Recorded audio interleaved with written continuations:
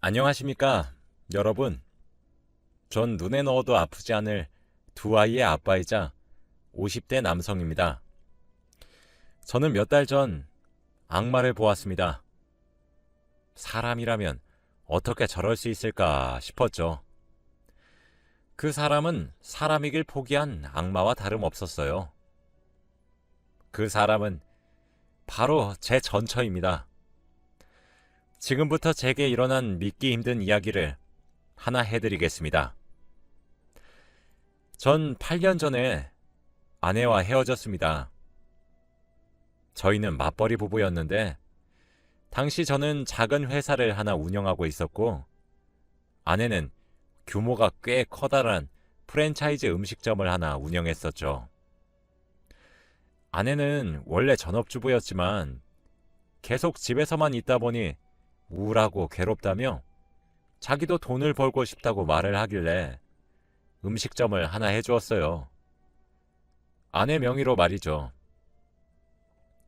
아내는 원래 수더분한 사람이었어요. 그런데 일을 하기 시작한 지 몇 년이 지나자 옷차림도 점점 과감해졌고 화장도 하기 시작했죠. 애교도 부릴 줄 알더라고요. 그때 알아차려야 했었는데 전 아내의 변화가 반가웠어요. 곰인 줄 알았는데 여우 같은 아내의 모습을 보니 예뻤거든요. 아내가 그렇게 변하게 된 이유도 있었습니다.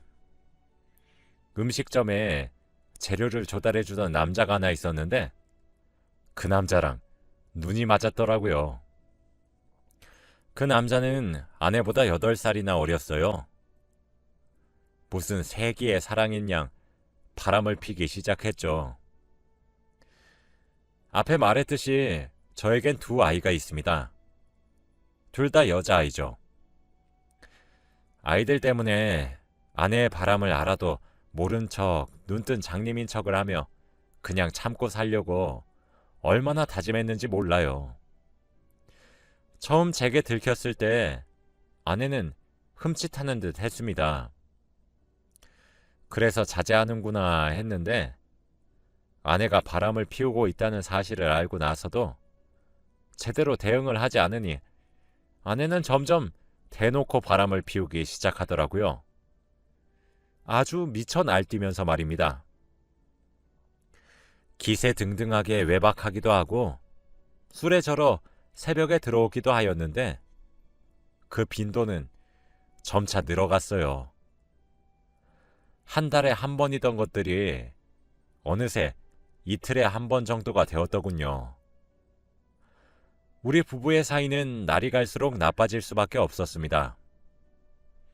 점차 각방을 쓰기 시작했고 집을 공유하는 수준이었어요. 그래도 이혼을 하진 않았습니다. 아이들 때문에요. 제가 어렸을 때 아버지가 일찍 돌아가셨었는데 애비 없는 자식이라는 말을 종종 듣고 자랐습니다.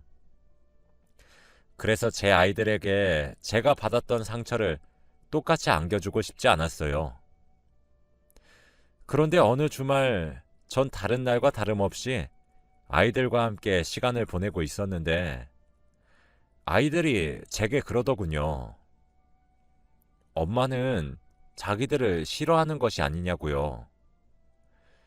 왜 그렇게 생각하냐 물어보니 엄마는 우리랑 놀아주지도 않고 매일 늦게 들어오는데 우리 사랑하는 게 맞냐더군요. 그때 첫째는 겨우 초등학교 3학년이었고 둘째는 갓 입학한 1학년이었어요. 어린 아이들의 입에서 그런 말을 들으니 순간 머리를 망치로 한 대 맞은 것만 같더라고요. 그때부터 고민을 하기 시작했습니다. 저런 여자라도 엄마니까 엄마의 존재로 남겨줘야 할 것인가 하면서 말이에요. 제 고민의 대답은 이혼을 하는 것이었어요. 결국 저는 이혼 소송을 진행했습니다. 제가 아무런 핍박도 하지 않으니 점점 대놓고 기세등등하게 바람을 폈기 때문에 바람을 뒷받침해주는 증거들은 화수분처럼 쏟아져 나왔고 전 당연히 승소했죠. 면접 교섭권도 박탈하려고 노력했습니다. 하지만 부모 자식 간의 인연은 천륜이라고 하늘이 점지해준 인연이라고 하잖아요. 그래서 그런지 쉽게 박탈되지 않더군요. 그런데 남자의 눈이 돌아간 여자가 아이들을 챙기겠나요? 면접 교섭권을 이용해 약속하지 않은 날에 찾아와 제 마음대로 아이들을 보기 일쑤였고 약속하기로 한 날에 펑크 내기도 했었죠. 아이들도 그 사이 사춘기가 지나고 머리가 커지면서 엄마의 바람으로 제가 이혼했다는 사실을 알게 된 이후 엄마를 만나는 것을 꺼리더군요. 엄마지만 이해할 수 없다고 했습니다. 그러던 어느 날 작년 여름부터 자주 얼굴을 비추기 시작했어요. 아내는 절 찾아와 진심으로 사죄하기 시작하더군요. 전 우리 사이는 이미 끝난 사이니까 사적인 이유로 마주치고 싶지 않다고, 아이들 문제가 아니라면 마주치지 말자고 단호하게 내쳤어요. 하지만 그럼에도 불구하고 아내는 절 계속 찾아왔습니다. 아이들도 내심 제가 아내를 받아주길 바라는 눈치였어요. 이미 아내는 아이들에게 따로 찾아가 엄마가 미안하다고 말을 하고 눈물을 흘리며 사과를 했었다고 하더군요. 아이들도 처음엔 엄마의 갑작스러운 태도 변화에 경계를 했지만 이내 벽을 허물고 엄마를 다시 받아주더군요. 아내와 아이들이 예전처럼 다시 같이 살자고 매달렸어요. 아내가 그런다면 거들떠도 보지 않겠지만 한창 사춘기인 아이들까지 그러니 마음이 흔들리더군요. 그래서 큰 마음 먹고 아이들을 위해 가정을 합치기로 했습니다. 아니 어쩌면 저도 내심 마음속으로 아내의 사과와 뉘우침이 기꺼웠던 걸지도 몰라요. 다시 합치게 된 저희 네 식구는 8년 전 이혼했을 때보다 훨씬 경제적으로 여유로웠습니다. 제가 운영하고 있던 회사는 쭉 상승세를 유지해 규모가 조금 더 커졌고 아내는 그 사이 여러 개의 음식점을 동시에 운영하고 있더군요. 여유가 있다 보니 저와 아내는 가사도우미 아주머니를 한 분을 고용했습니다. 식사나 빨래, 청소 등 집안일을 부탁할 심산으로 말이죠. 아내와 살림을 다시 합친 이후 정말 열과 성을 다해 아내 노릇과 엄마 노릇을 하기 시작하더라고요. 신혼 때로 돌아간 듯한 느낌이었습니다. 아니, 오히려 그때보다 더 헌신적이었습니다. 저에게는 물론 아이들까지 먹는 것, 입는 것 하나하나 전부 일일이 신경 쓰기 시작했죠. 고등학생과 중학생인 딸들에겐 특히 더 잘해주었어요. 저와 아이들에게 야채를 갈아서 만든 건강 주스를 챙겨 먹이면서 공부하고 일을 할 때 체력이 제일 중요하단 말을 했었고, 비타민을 챙겨주거나 함께 운동하는 시간을 가지는 등 열심히 엄마의 역할을 하였죠. 아내는 다시 살림을 합치고 난 이후부터 건강 문제에 집착하는 것 같았지만 전 정말 아내가 진심으로 뉘우쳤다고 생각했어요. 하지만 그건 제 착각이었습니다. 그렇게 속아놓고 또 속은 제가 그렇게 멍청할 수가 없어요. 아내는 큰딸의 건강에 유독 예민했습니다. 큰딸도 다이어트니 뭐니 하며 건강해지는데 온 힘을 다하는 듯한 느낌이었죠. 큰딸이 제일 좋아하는 음식 중 하나인 치킨도 마다하더라고요. 어느샌가 큰딸의 볼이 홀쭉해진 것을 보았을 때 이건 보통 일이 아니다 싶었습니다. 전 큰딸에게 이제 곧 수험생인데 공부도 먹으면서 해야 잘할 수 있다고 지금 살이 조금 쪄도 대학 가면 다 빠진다며 이것저것 챙겨 먹이려고 했어요. 제 걱정은 태산 같았죠. 그런데 아내는 옆에서 원래 여자들에게 다이어트는 숙명과도 같다고 저보고 오히려 유난 좀 떨지 말라고 꾸짖더라고요. 제가 말렸는데도 들어먹질 않으니 별 수가 있나요? 몸 상하는 건 하지 말라고 주의만 주고 그런가 보다 하고 넘겼습니다. 그러고 나서 며칠 지나지 않아 제가 타고 다니던 자동차는 타이어가 펑크가 나서 수리를 맡기게 되었어요.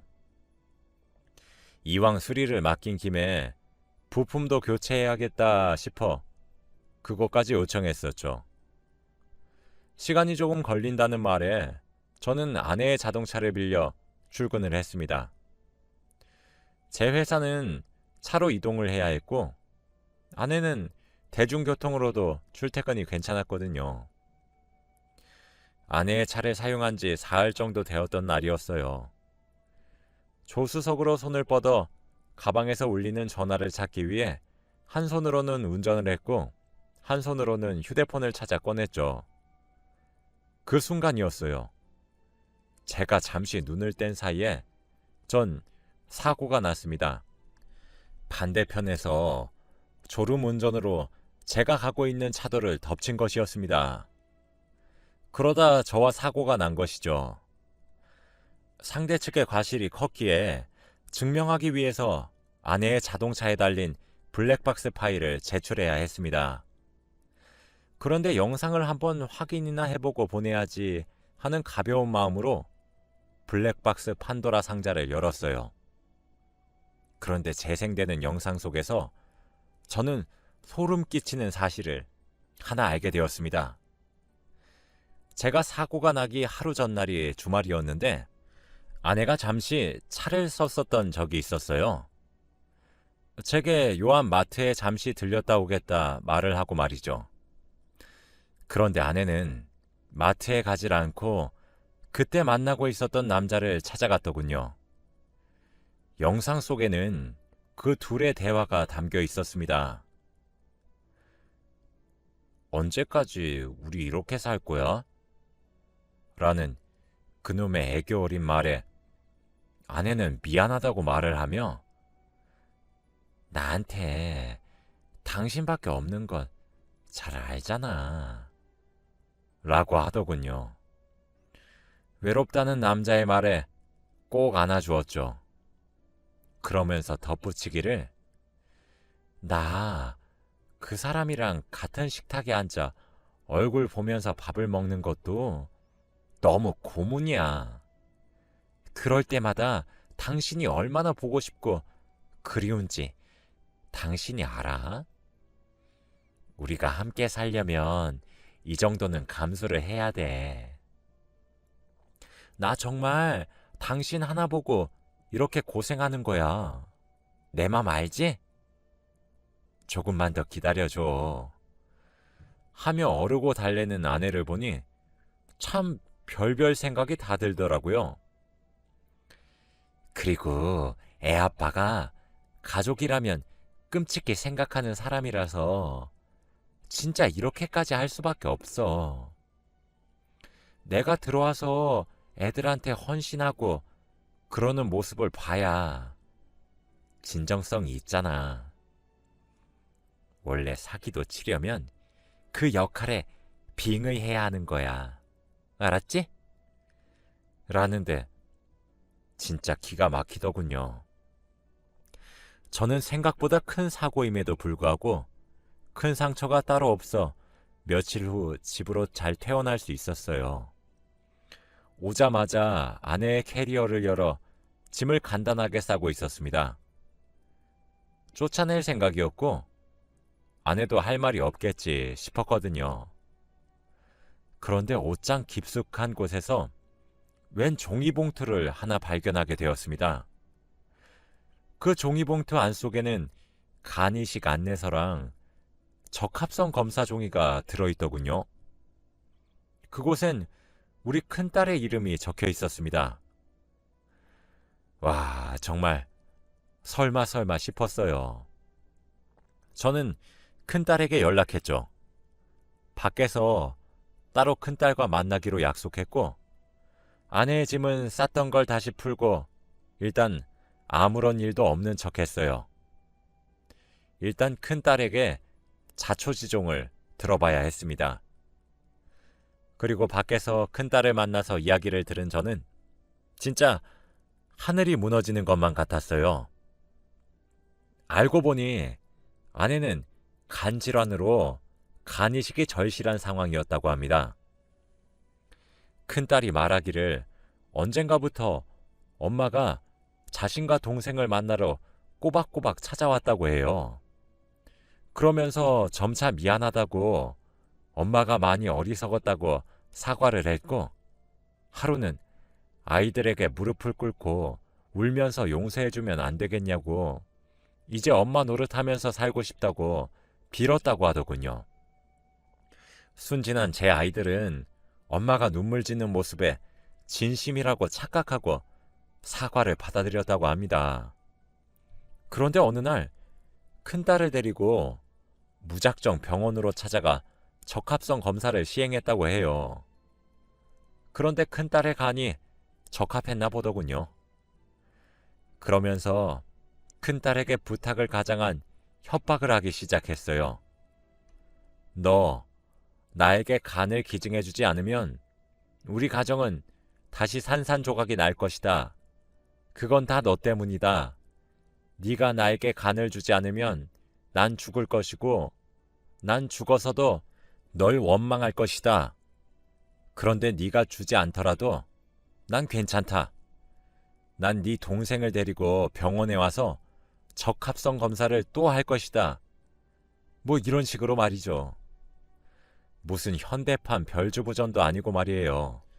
아무래도 큰딸은 이미 가정이 깨지는 것을 한번 경험을 했었기에 그것에 대한 두려움과 동생을 지켜야 되겠다는 책임감으로 인해 간기증을 약속했나 보더라고요. 아내가 다시 가정으로 돌아와 건강관리에 집착했던 것도 이유가 있었던 거였습니다. 간기증자인 큰딸의 건강에 집착해야만 했던 거겠죠. 혹시 모르니 저와 둘째 딸도 보험으로 함께 건강하게 만들었던 것이고요. 가사도우미 아주머니에게 물어보니 아내가 자신에게 건강주스 레시피와 한 달에 차려야 할 식단표와 큰딸에게 따로 해줘야 할 건강식의 레시피 등을 손수 만들어 주었대요. 자기가 투병 생활을 하고 있는데 큰딸이 자기를 많이 닮아서 걱정이 된다고 큰딸과 자기를 특히 더 챙겨달라고 하면서 말이죠. 자기가 투병 중이란 사실을 알면 가족 전체가 많이 걱정할 테니 자기가 말할 때까지 당분간 숨겨주시라는 부탁도 잊지 않았더군요. 진짜 소름이 끼쳤습니다. 전 큰딸에게 집으로 들어가라 말을 한 뒤 그 길로 아내를 만나러 갔어요. 눈이 뒤집어졌죠. 아니, 세상 천지에 부모가 자식 간 빼내겠다고 정성을 들이는 경우를 보신 적이 있으신가요? 가뜩이나 아직 성인이 되지도 않은 자식이고 여자애인데 수술하면 얼마나 큰 흉이 지는데요. 진짜 기가 차서 원. 이미 아내를 만나기 직전에 전 화가 머리끝까지 난 상태였고 이성을 잃어버리기 직전이었어요. 아내는 가증스럽게 웃는 낯을 하며 제게 어머, 여보 여기까지 무슨 일이에요? 라며 반기더군요. 전 아내의 얼굴을 보자마자 뺨을 내려쳤습니다. 제게 뺨을 맞고 옆으로 엎어진 아내에게 누군가 미친 듯이 달려오며 아내를 부축하더군요. 바로 그놈이었습니다. 전 당신이 사람이야? 어떻게 자기 자식 간을 빼달라고 강요해? 라고 하니 아내는 당황스러워하며 아니, 당신이 그걸 어떻게... 라더군요. 그러면서 횡설수설했습니다. 이야기를 들어보니 시한부 같은 인생은 아니지만 간이식이 절실한 상황이긴 한 것 같았어요. 뇌사자의 장기를 기증받으려고 했지만 등급이 낮게 평가되어 총각을 다투는 대기자들에게 밀려나고 있어서 뇌사자의 장기 기증은 기대하기 힘들 것 같다고 하더군요. 여보, 그런데 들어봐. 아직 우리 딸은 젊잖아. 젊으면 회복이 더 빠르대. 그리고 어차피 간은 다시 자라잖아. 우리 딸은 괜찮을 거야. 응? 이러는데 진짜 화가 미친 듯이 나더군요. 전 그 두 사람을 노려보며 아니, 그럼 당신은 저놈한테 간을 달라고 하지. 왜 멀쩡한 애들을 건드려? 사람이 정도란 게 있는 거야. 애들이 한창 엄마 사랑 구걸했을 때 남자의 눈이 멀어 가정을 파탄냈으면 적어도 뻔뻔하게 나오진 말아야 될 것 아니야. 만약에 애한테 후유증이 오면, 그래서 평생 약을 달고 사는 인생이 돼버리면 어쩔 거냐고. 당신은 당신 인생만 중요해? 그깟 알량한 사랑하겠다고 가족을 등져놓고 뭐? 간을 달라고? 사람 가죽 뒤집어 쓴 악마 같은 여자야. 라고 소리쳤죠. 그런데 갑자기 그놈이 제게 무릎을 꿇더군요. 저도 제 간을 주고 싶어요. 저도 적합성 검사를 했고 누나네 친정 식구들도 전부 적합성 검사를 했어요. 그런데 저희 모두 적합하지 않다는 결과를 받았단 말이에요. 정말 어쩔 수가 없었다고요. 라며 아내를 좀 살려달라 빌더군요. 들어보니 아내는 청천벽력처럼 그런 결과를 받고 삶의 의욕을 잃어갈 즈음 저희 딸들이 생각났다고 합니다.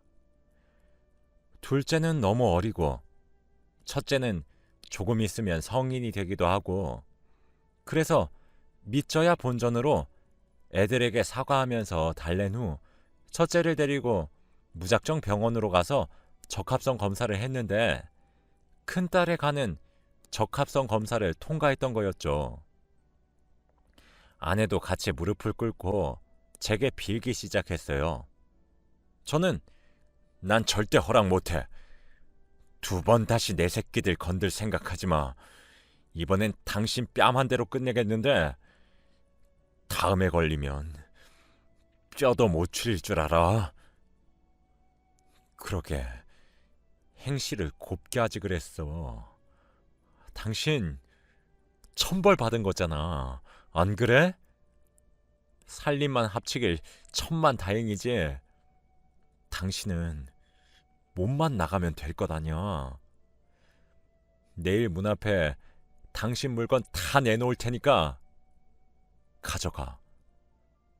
내일 가져가지 않으면 싹 다 갖다 버릴 거니까. 라고 화를 낸 후 집으로 돌아왔어요. 아내는 그 와중에도 제게 그럼 당신 간이라도 나한테 주던가 라고 소리치며 바닥에 주저앉아 통곡하더군요. 저는 집으로 곧장 돌아와 아이들을 거실에 불러 앉혔어요. 그리고 아이들의 얼굴을 하나씩 쳐다봤죠. 이제 고등학생과 중학생인 아이들의 얼굴을 보니 진실을 얘기해도 괜찮을지 걱정이 앞서더군요. 하지만 제가 모르게 아내가 수작을 부릴 가능성이 있었단 것이 제게도 큰 충격이었던 터라 모든 것을 솔직하게 이야기하기로 했습니다. 큰딸은 아내가 자신의 간을 노렸다는 사실을 알고 있었지만 아내의 사과와 미안함이 그래도 자신들을 위한 사랑이었다 생각했는데 그런 것들이 아니었다는 사실에 커다란 충격을 받았고 자기를 정말 장기 기증용으로 이용했다는 사실에 큰 상처를 받았어요. 둘째 딸은 자신의 언니가 가족의 평화를 위해 희생했다는 사실과 엄마의 모든 행동들이 거짓된 행동이었다는 것에 충격과 상처를 받았죠. 그 와중에도 제 아이들은 제게 아빠는 괜찮아 라며 묻더라고요. 그 질문에 참고 참았던 눈물이 펑펑 쏟아졌습니다. 어쩌면 제가 가장 큰 상처를 받았던 것 같기도 해요. 아이들에게 엄마를 빼앗았다는 죄책감이 항상 있었고, 제가 아이들과 성별이 달랐기에 여자 어른으로서의 역할을 해주진 못했으니까요. 가족이 깨어졌다는 죄책감도 상당해서 아내가 사과와 함께 가정으로 돌아왔을 때 누구보다 제가 제일 기뻐했었던 것 같습니다. 전 아이들에게 괜찮다고 장기 기증에 대한 위험성을 얘기해 주었고, 절대 응하지 말라 큰딸에게 못을 단단히 박았죠. 참, 아직 미성년자이기도 하고 제 눈엔 아기로 보이는데 이런 아이의 간을 빼가려고 했던 게 기가 차더라고요.